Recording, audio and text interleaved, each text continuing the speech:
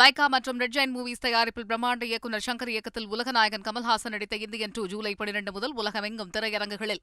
சென்னையில் உள்ள ரவுடிகளுக்கு அவர்களுடைய மொழியிலேயே பாடம் எடுப்பேன் என்று புதிதாக பதவியேற்றுள்ள போலீஸ் கமிஷனர் அருண் அழுத்தம் திருத்தமாக தெரிவித்துள்ளார். ஏற்கனவே போலீஸ் கமிஷனராக இருந்தவர் சந்தீப் ராய் ரத்தோர், அவர் மாற்றப்பட்டுள்ளார். புதிய கமிஷனராக அருண் பதவியேற்றிருக்கார். ஏற்கனவே எந்த பதவியில் இருந்தார் அப்படின்னு சொல்லி கேட்டிங்கன்னா, அதுவும் ஒரு நட்சத்திர அந்தஸ்தில் வரக்கூடிய ஒரு பதவிதான். ஏடிஜிபி சட்ட ஒழுங்கு தமிழகத்திற்கே. அப்படின்னா இன்னும் கொஞ்சம் புரியும்படி சொல்லணும் அப்படின்னா, தமிழகத்தில் உள்ள அனைத்து மாவட்டத்தில் உள்ள எஸ்பிக்கள், மாவட்ட எஸ்பிக்கள், அதாவது காவல்துறை கண்காணிப்பாளர்கள் டிஜிபிக்கு ரிப்போர்ட் பண்ணுவார்கள். அடுத்து யாருக்கு ரிப்போர்ட் பண்ணுவாங்க அப்படின்னா ஏடிஜிபிக்கு ரிப்போர்ட் பண்ணுவாங்க. இருந்தாலும் நடைமுறையில் அவர்களோடு தொடர்ந்து யார் தொடர்பில் இருப்பார் என்று கேட்டீர்களாயின் ஏடிஜிபி சட்ட ஒழுங்கு தான் தொடர்ந்து அவர்களோடு தொடர்பில் இருப்பார். அந்த முக்கிய பதவியில் இருந்தவர் தான் திரு அருண் இப்பொழுது சென்னை போலீஸ் கமிஷனராக பதவியேற்றிருப்பது குறிப்பிடத்தக்கது. அவர் என்ன செய்ய போகிறார் சென்னை போலீஸ் கமிஷனராக என்று அவரே சொல்லி இருக்கிறார் செய்தியாளர்கள் மத்தியில். அப்படி பார்க்கும் பொழுது ஆங்கிலத்தில் ப்ரையாரிட்டிஸ் என அழைப்பார்கள். எதற்கு முக்கியத்துவம் தரவிருக்கிறார் என்று அவர் என்ன சொல்றார் அப்படின்னா, முதல்ல சட்ட ஒழுங்கை காப்பது, நிலைநாட்டுவது, நடந்த குற்றங்களை கண்டறிவது, குற்றங்கள் நடக்காமல் தடுப்பது, ரவுடிகளுக்கு பாடம் எடுப்பது, போலீஸ் துறையில் உள்ள கருப்பு ஆடுகளை கண்டறிவது. அது என்னங்க போலீஸ் துறையில் உள்ள கருப்பு ஆடுகள் அப்படின்னு சொல்லி கேட்டிங்கன்னா, அவர் என்ன சொல்றாரு, போலீஸ் துறையில் இருந்துகிட்டு யார் கட்ட பஞ்சாயத்தில் ஈடுபடுறாங்களோ, யார் மாமூல் வாங்குறாங்களோ அவர்களையும் விடமாட்டேன், அவர்கள் மீதும் நடவடிக்கை எடுப்பேன் என்று கூறியிருப்பது குறிப்பிடத்தக்கது.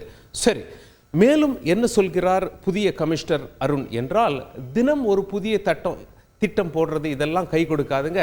தரமான காவல் திறமை, அதாவது ப்ரொஃபஷனல் போலீசிங் என்று சொல்லுவார்கள். நீங்கள் சினிமாவில் கூட பார்த்துருப்பீங்க, நான் ஒரு ப்ரொஃபஷனல் என்று சிலர் கூறுவது உண்டு. அந்த மாதிரி ப்ரொஃபஷனல் தரமாக நாங்கள் போலீஸ் வேலையை செய்வோம், அதுவே எங்களுக்கு கை கொடுக்கும் என நான் நம்புகிறேன் அப்படின்னு சொல்லி அவர் சொல்லியிருக்கார். அது என்ன, ஏற்கனவே ரவுடிகளுக்கு பாடம் எடுப்பேன் என்று சொல்லியிருக்கார் இல்லையா, இதுவரை என்ன செய்திருக்கிறார் என்று நீங்கள் கேட்டீர்களாயின், என்கவுண்டர் ஏதாவது பண்ணியிருக்காரா, என்கவுண்டர் செய்ய போகிறாரா? பெரும்பாலும் போலீஸ் யாருமே செய்ய போகிற என்கவுண்டரை பற்றி சொல்ல மாட்டாங்க. என்கவுண்டர் அதெல்லாம் என்னங்க, அதெல்லாம் ஒன்றும் கிடையாது அப்படின்னு சொல்லுவாங்க. அந்த வகையில் இவர் என்ன செஞ்சிருக்கார் அப்படின்னு சொல்லி பார்க்கும் பொழுது, தமிழகத்தில் பல இடங்களில் குற்றவாளி, அதாவது போலீஸ் ஒரு சில ஹிஸ்ட்ரி ஷீட்டர்ஸ், ஏற்கனவே குற்ற பின்னணி கொண்டவர்களை தேடி போவாங்க. அங்கே நடக்கிற தள்ளு முள்ளில் போலீஸாருக்கு காயம் ஏற்பட வாய்ப்பு இருக்கிறது. அந்த நேரத்தில் போலீஸார் சுட்டு பிடித்துள்ளார்கள் என்பது குறிப்பிடத்தக்கது. ரவுடிகள் பல இடங்களில் சுடப்பட்டிருக்கிறார்கள். முட்டிக்கு கீழே அவர்களுடைய உயிர் பிரியாது, ஆனால் போலீஸ் சுற்றுவாங்க, பிறகு மருத்துவமனைக்கு கொண்டு வருவாங்க. இது போன்ற நிறைய சம்பவங்கள் இவருடைய தலைமையில், அதாவது ஏடிஜிபி சட்ட ஒழுங்காக இவர் பணியாற்றி இருக்கும் பொழுது அரங்கேறி இருப்பது என்பது குறிப்பிடத்தக்கது. சரி, இப்போ தமிழ்நாடு ஃபுல்லாக பார்த்துருக்காரு. ஏடிஜிபி மிக முக்கிய பதவியில் இருந்திருக்காரு. சென்னை போலீஸுக்கு இவர் புதியவரா என்று கேட்டீர்களாயின், இல்லை, இவர் புதியவர் இல்லை. ஏற்கனவே சென்னை லிமிட்டில் 6 முக்கிய பொறுப்புகளை வகித்திருக்கிறார்.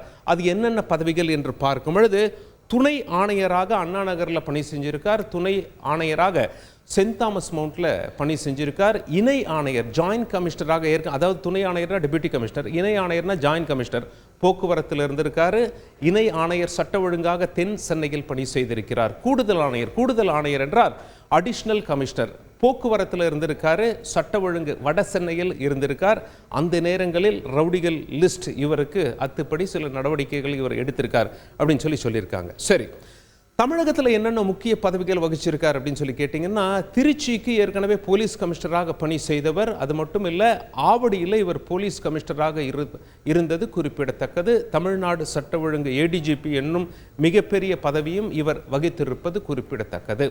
புதிய கமிஷனர் திரு அருண் அவர்களை பற்றி சொல்லணும் அப்படின்னா, இவர் ஒரு தமிழர், சேலம் மாவட்டத்தை சேர்ந்தவர் என்று சொல்லப்படுகிறது. மெக்கானிக்கல் இன்ஜினியரிங் படிச்சிருக்காருங்க. இவர் ஒரு பொறியியல் பட்டதாரி. 1998ஆம் ஆண்டில் ஐபிஎஸ் அதிகாரியாக உருவெடுத்தவர்.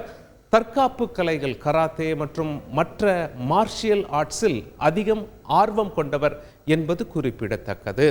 இதில் ஒரு சின்ன சுவாரஸ்யம் என்ன அப்படின்னு சொல்லி கேட்டிங்கன்னா, இப்போ ஒருவர் சென்னை போலீஸ் கமிஷனர் என்கிற சீட்டில் அமர வேண்டுமாயின் அவர் டிஜிபி அந்தஸ்து அதிகாரியாக இருக்க வேண்டும். தமிழகத்தில் உங்களுக்கு எல்லாருக்கும் தெரியும், மிக உயரிய பதவி என்பது டிஜிபி. டிஜிபிக்கு ஒரு படி கீழே ஏடிஜிபி, ஏடிஜிபிக்கு ஒரு படி கீழே ஐஜி, ஐஜிக்கு ஒரு படி கீழே டிஐஜி, டிஐஜிக்கு ஒரு படி கீழே எஸ்பி. அப்படி இருக்கும் பொழுது டிஜிபி என்கிற உயரிய அந்தஸ்து கொண்டவர் தான் சென்னை போலீஸ் கமிஷனர் சீட்டில் உட்கார முடியும். இதுவரை நடைமுறை அப்படி தான் இருந்தது.